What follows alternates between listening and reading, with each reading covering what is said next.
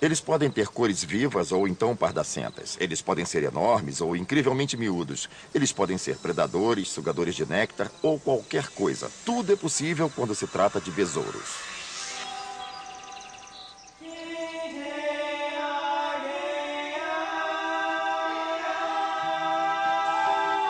O mundo secreto dos jardins.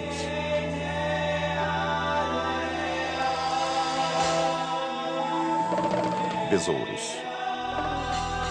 Distribuição Sinapse.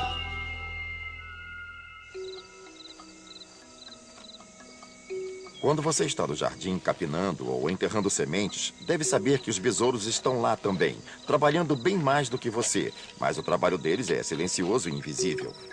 Muitos ficam embaixo das folhagens caídas, transformando elementos no solo, livrando-se das pragas e de tudo que é importante para a planta se desenvolver.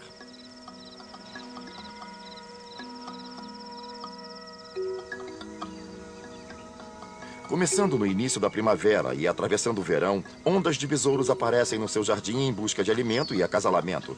Não necessariamente nessa ordem. Para os besouros, as flores são como um barzinho, um bom lugar para tomar uns goles, socializar e encontrar um par.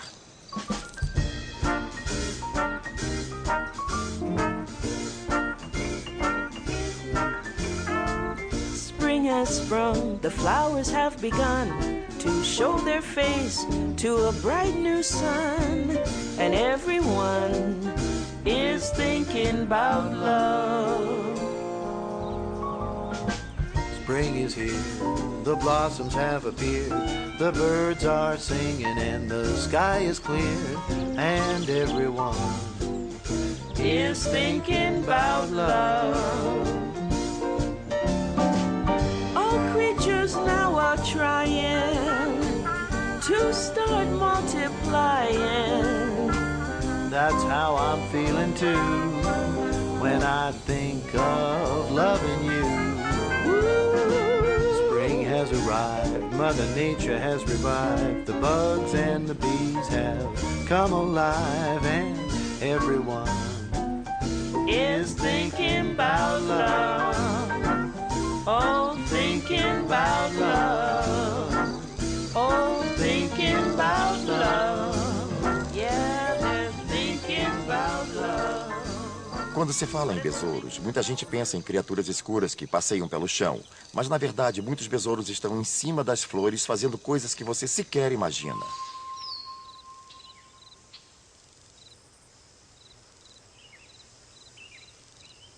Alguns besouros são bastante ágeis, indo de uma flor a outra à procura de néctar para sorver. Aliás, os besouros podem ser muito bons polinizadores. Eles são quase tão importantes para a polinização quanto abelhas e moscas. Sem eles, muitas flores jamais floresceriam.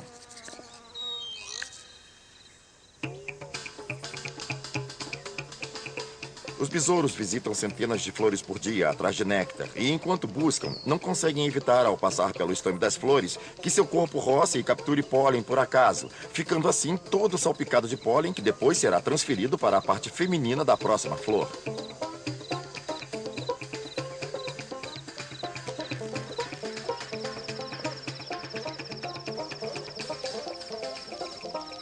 Esses soldados podem sobreviver por mais de um verão. Então, para manter esse nível de atividade, tem que consumir muito alimento rico em nutrientes. O pólen é uma boa proteína, o néctar é boa fonte de energia e carboidratos. Assim, eles são presas de um ciclo sem fim. Eles precisam comer para ganhar energia para procurar mais alimento. Os besouros que as pessoas não gostam de ver se alimentando de suas flores são besouros cor-de-rosa e besouros da videira. As pessoas não gostam deles porque abrem caminhos destruindo as flores. Têm um apetite por alimentos pouco nutritivos e por isso têm que triturar grande quantidade para obter o que precisam. Eles vão mastigando as pétalas, mas não conseguem fazer isso sem esbarrar nas partes produtoras do pólen. Portanto, mesmo os besouros que você considera destruidores podem ser úteis às plantas, pois estão transportando pólen. Mas, na verdade, os besouros não têm a intenção de polinizar as plantas. As plantas é que os manipulam nessa atividade. Realmente, os besouros querem mesmo é polinizar um ao outro, se é que vocês me entendem.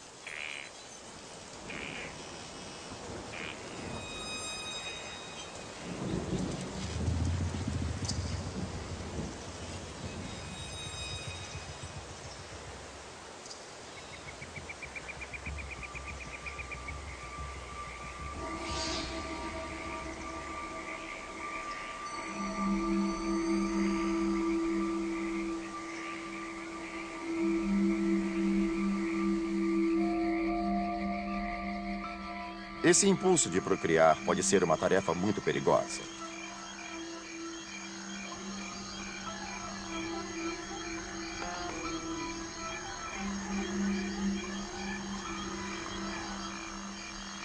O besouro de junho vaga pela noite à procura de acasalamento. Ele tem apenas 2 ou 3 noites para achar uma parceira, e à medida que as horas passam, ele passa a esquadrinhar avidamente cada centímetro quadrado do seu jardim.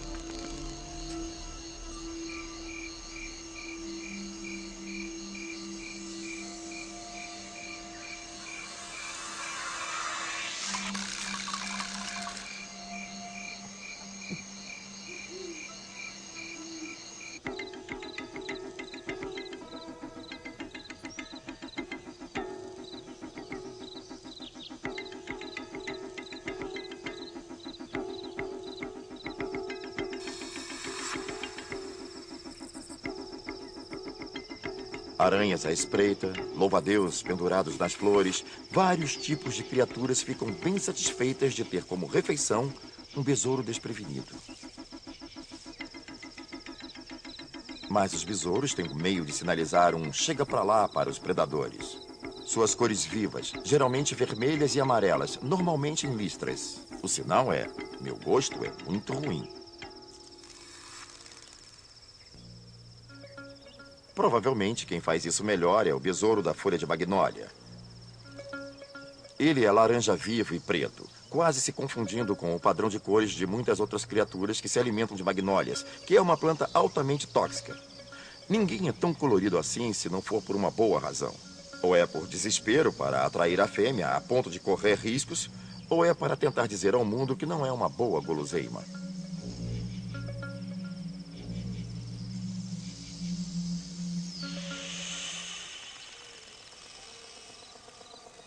Quando tudo mais falha, os besouros têm uma última carta na manga.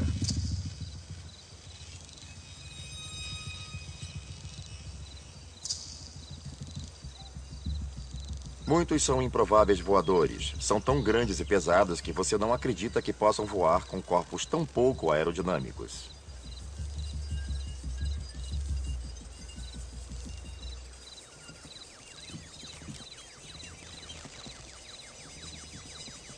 As asas anteriores são placas endurecidas, chamadas élitros. São as asas posteriores que servem para executar o voo, isto é, a metade da superfície alar não é propriamente uma asa. Consequentemente, acabam parecendo tanques voadores.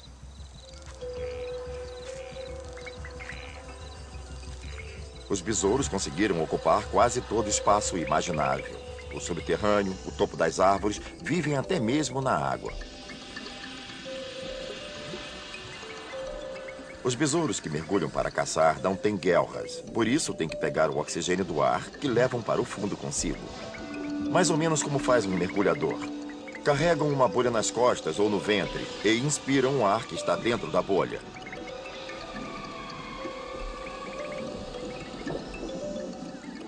São capazes de ficar abaixo da superfície e se alimentar porque não usam a boca para respirar e para comer. A boca é somente para comer. Eles respiram por espiráculos no abdômen, onde a bolha se prende.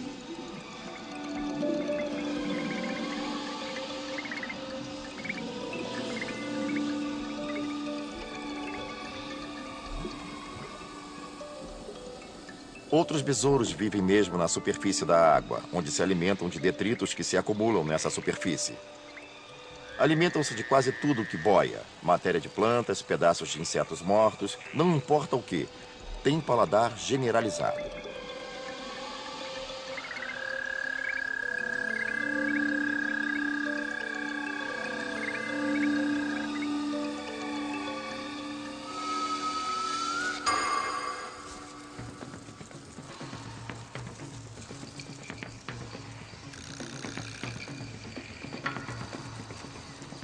Sem dúvida, os besouros são um exemplo de fortaleza no mundo dos insetos. Parece que podem mover pesos incríveis e conseguem efetivamente suportar bastante peso nas costas. Às vezes, a gente vê besouros se entocando em espaços que parecem quase impenetráveis. Os besouros têm uma grande habilidade.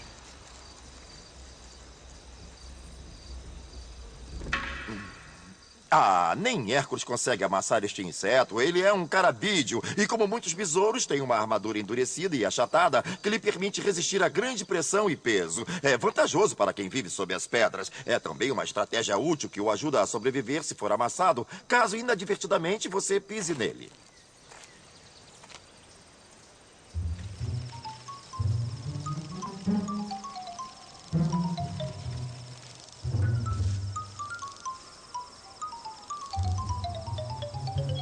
Essa capacidade é muito útil, claro, para quem, como os besouros, se alimenta de madeira apodrecida. Eu acho que essa é uma das funções realmente importantes dos besouros, porque não é fácil quebrar celulose, matéria-prima de que a madeira é feita, em pedaços menores. Muitos besouros parecem ter essa habilidade. Podem pegar um cepo e transformá-lo em solo, com relativa regularidade. Algumas dessas criaturas que se alimentam de madeira morta são, de fato, espetaculares. Carabídeos têm carapaças escuras, duras, brilhosas, que são muito bonitas e, dependendo da luz, podem parecer roxas, vermelhas ou sinistros pretos profundos. Matéria orgânica em decomposição, de madeiras, folhas, coisas assim, é o que deixa o solo em condição ideal para o crescimento das plantas. Matéria orgânica contém nutrientes e também mantém a textura do solo aberta e arejada, permitindo que mais oxigênio penetre nas raízes das plantas. Todo esse material orgânico também permite que água e nutrientes penetrem melhor no solo. Então, quanto mais besouros estiverem transformando madeira em solo, melhor ficará este solo e as plantas crescerão mais no seu jardim.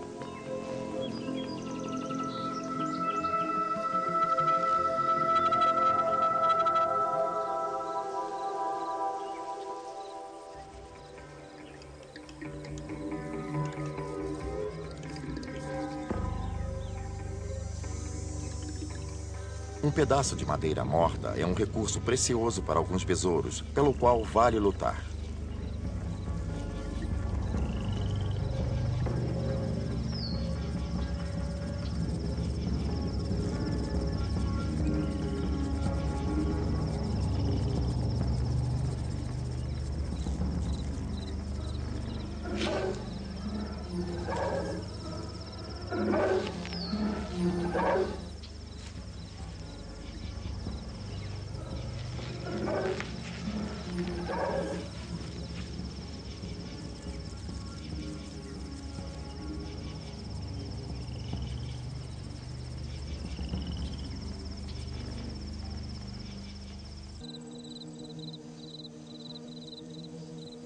Quase sempre que alguma coisa morre no seu jardim, os besouros, de certa forma, estão envolvidos, em geral fazendo o papel de agentes funerários, preparando coisas para o enterro.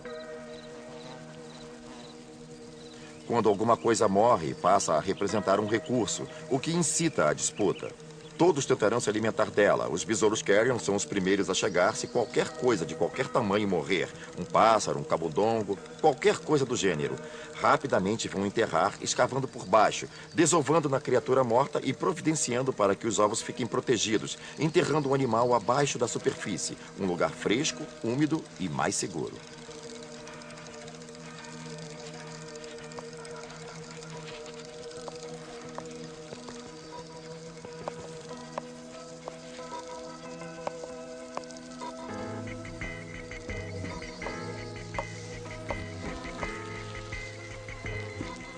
Mas é raro que fiquem totalmente invulneráveis. As formigas certamente são capazes de encontrá-los. E as moscas, se tiverem posto ovos, terão agora suas próprias larvas protegidas pela ação de enterrar dos besouros carrion.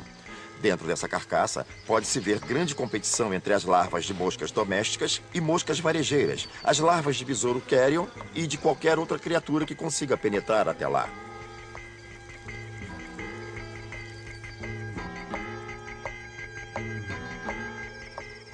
Para ser franco, eu gosto que elas façam essa atividade, porque, afinal, quem quer esses animais mortos espalhados num jardim?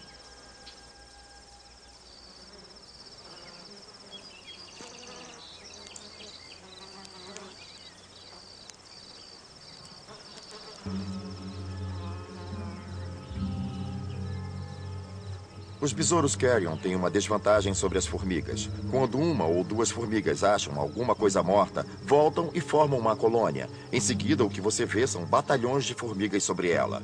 Uma colônia de formigas pode dar conta rápido da carcaça, pode destrinchá-la num instante. É por isso que elas têm que fazer o trabalho depressa, enterrando esse prêmio antes que alguém mais se aproprie. É preciso um tremendo esforço por parte dessas criaturas para mover uma grande quantidade de solo de forma a fazer o cadáver desaparecer.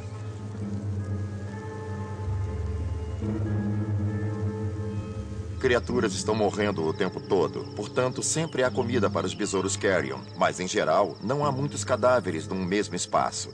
Os besouros carrion precisam ter uma incrível capacidade de farejar alguma coisa morta quase que instantaneamente. O odor particular que a decomposição bacterial exala é algo que atrai um besouro carrion a quilômetros. Isso significa que se pode ter uma população relativamente pequena de besouros carrion fazendo seu serviço num espaço bem grande. Eles não costumam ser tão abundantes, mas sempre aparecem quando são necessários.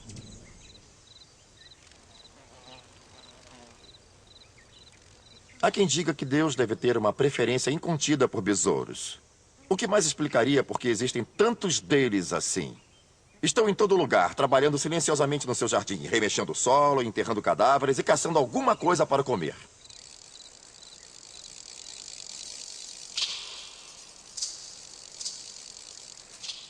Um dos mais espetaculares besouros é um caçador temível, o besouro tigre. Os besouros tigres formam um grupo grande, mas todos têm maneira similar de executar a atividade predatória. Tem grande mobilidade e um formato que é perfeito para um predador. Tem patas bem longas, o que lhes permite passar velozmente por cima de quase todas as espécies que há no mesmo terreno.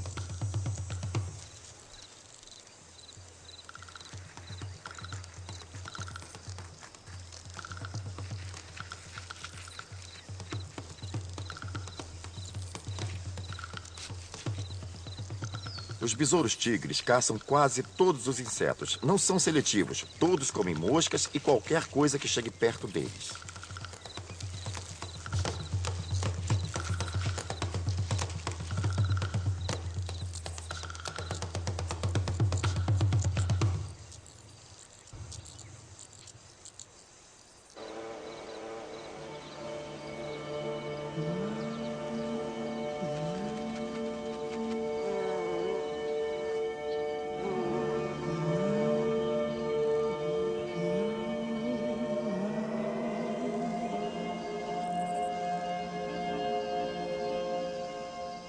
Muitos besouros podem ser pragas de jardim.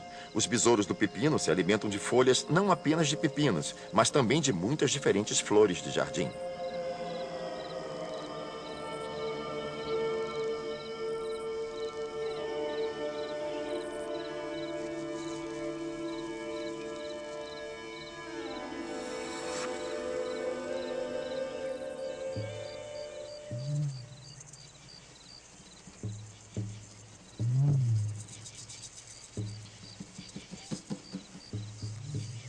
Um dos besouros mais destrutivos talvez seja o besouro da batata do Colorado. Se quiser ter uma boa plantação de tomates ou batatas, você vai ver que as larvas desses rapazes vão competir diretamente com você.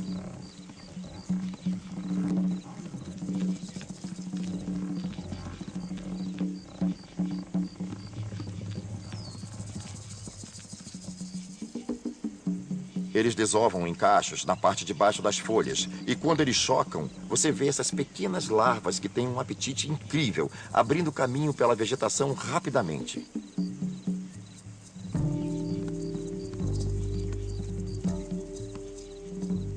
Muito depressa, uma planta da batata pode ser totalmente desfolhada. E, claro, sem elas não há fotossíntese. E sem fotossíntese, há muito pouca produção de batata.